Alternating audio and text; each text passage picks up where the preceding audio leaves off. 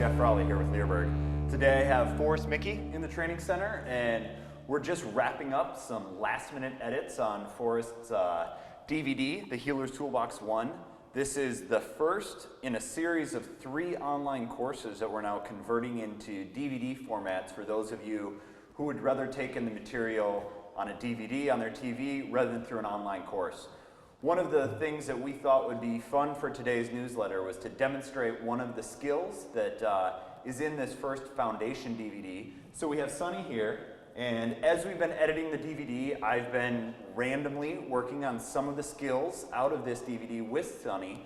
So Sunny does not have a full focus healing trained yet, but he does have a lot of the foundation pieces. So today I'm going to work with Forrest, and we're going to work on some movement and focus between my legs, and Forrest is going to help me through some of the pitfalls, if you were, that I've had with Sunny as I began the movement and the focus in the legs. Sunny has not transitioned this to the side yet, so we're going to keep it between the legs and work on some foundation work. And from there, I'm going to turn it over to the real trainer here, Forrest, and he's going to walk me through this. So, cool.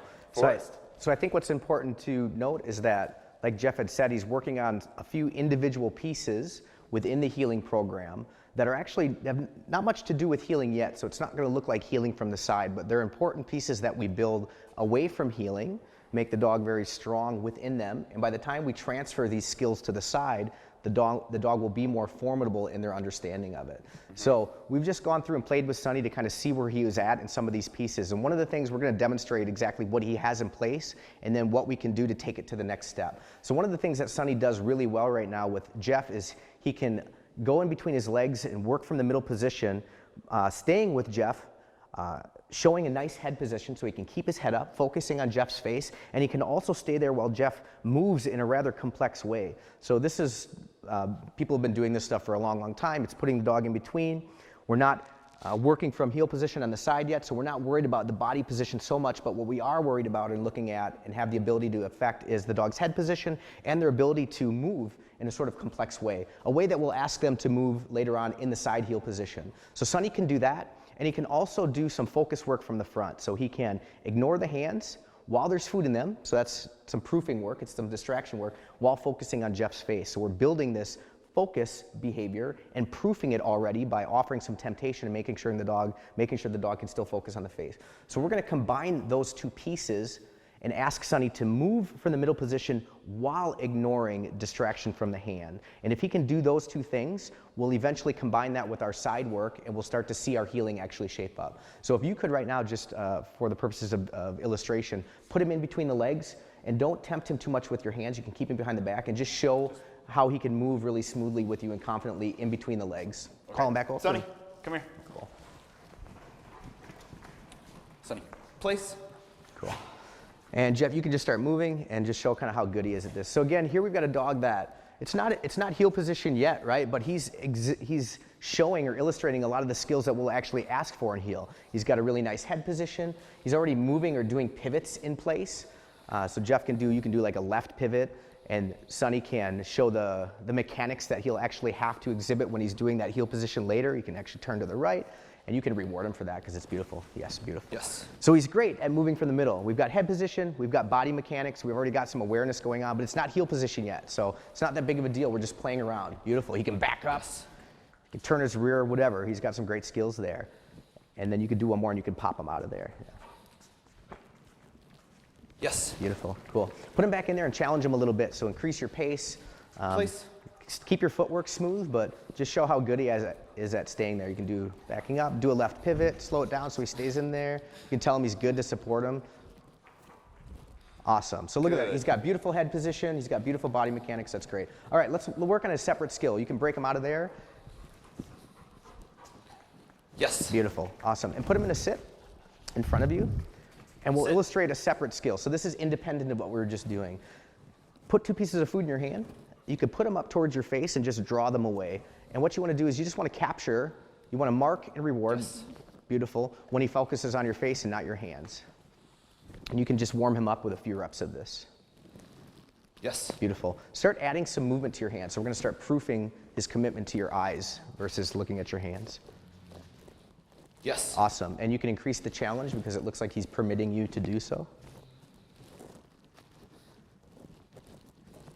Yes. Nice, dude. He's doing a good job. And one of the things that usually gets him is if you bring the hands a little bit closer. Not too close. We want to keep him successful, but you can challenge him a little bit. Bring it a little bit closer.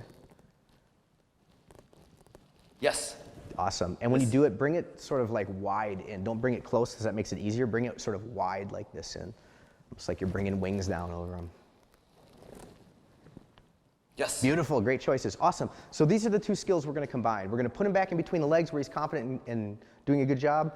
He's demonstrating that he has an understanding of focusing on your face. Now we want to put him in the middle, and we also want to bring the hands into play so we can proof his focus and his work in the middle. These two skills, we're going to combine the focus and the mechanics from the middle, and that'll be our next step. So that's kind of what we'll demonstrate right here. I think will be where he's at in his training. So put him in place. Place.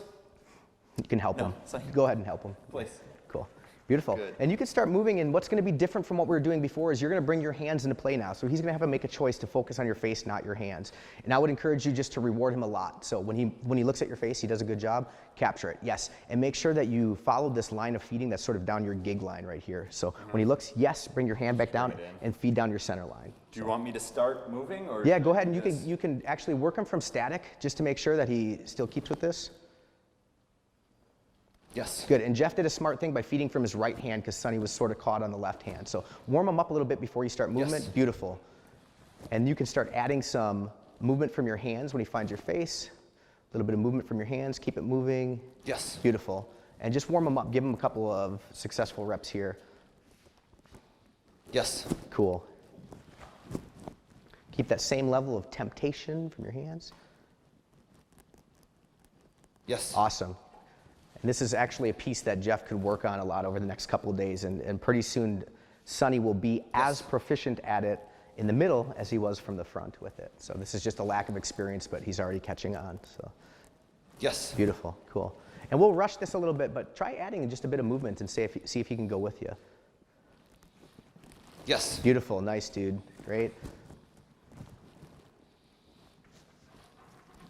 Yes. Awesome, so his head position is there. He's now starting to move a little bit. He's actively ignoring the hands. So already you're setting him up for success later when we eventually transfer this to heel position. Here's a dog that isn't falling for the temptation from the hands, is moving in a kind of complex way in the middle position, so a way that he's going to be expected to move in heel position. So we're already setting him up for success there, and we're proofing his focus, which is beautiful. So and you can just play with that a little bit. Go nuts, jam out, man, jam out. Yes. Awesome. And as you're moving, start to increase challenge from the hands and see how that affects him. Yes. Beautiful, good. And you see that he falls for the movement a little bit, so that's just where your training is at right now. You need to play with it a little bit more.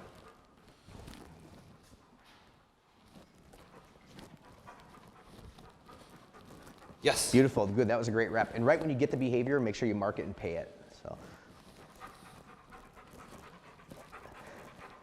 Yes. You look, it looks pretty weird, like a dude walking around like a waddling duck or whatever, Right. but there's a lot of merit to this work. If you think about it, one of the beauties is we're building all of these really neat skills that we want for heel position without actually putting that stuff on the side. So we don't risk a deterioration or teaching incorrect stuff necessarily in heel position, which is a place that we really want to preserve the integrity of it by not letting the dog fail a lot. So the more that we can build skills away from it and then transfer that confidence and those skills to the side position, the better off the dog will be when we actually ask them to perform there. And you've done a good job of building his enthusiasm for here, so he looks good, he's happy, his head position's great here, and now your piece right now that you're finding that you really need to focus on is keeping him off the hands. So teach him that no matter what the hands are doing in front of you on the side, that the best strategy for his success is to focus on your face while moving from the center. And later on, when we put him on the side, he won't fall for the hands as much. And as we'll find in the curriculum, reward placement is important, but the dog still needs to focus here or wherever focal point you teach. We teach the side of the face without falling for temptation from the hand. And I think that's one of the things about your DVD and how many steps you've broken it down into. So you can go out and you can take healing and break it down into 10 steps, and you can have healing that works. Or you can take your DVD, and especially this foundation DVD, so much of the work in the foundation DVD is these small little pieces that looking at it from an outside perspective, you don't even realize that's a part of healing. And then once it all comes back together, by breaking that down from 10 steps into 100 steps, you're able to really kind of dial in every aspect and make everything perfect. Yep. That was amazing. Yep. I didn't realize what we were getting at for the first Yeah. 2 hours. So this little piece with Sonny, who's now being a little dork here. Come here, Sonny. Sit. Good. Is just one of about how many different exercises you got in this evening? I don't know. Yeah, there's a lot of fun stuff in There's there. a lot. Yeah. This But is just one of those coming Yeah, together to yeah. see what this training is all about.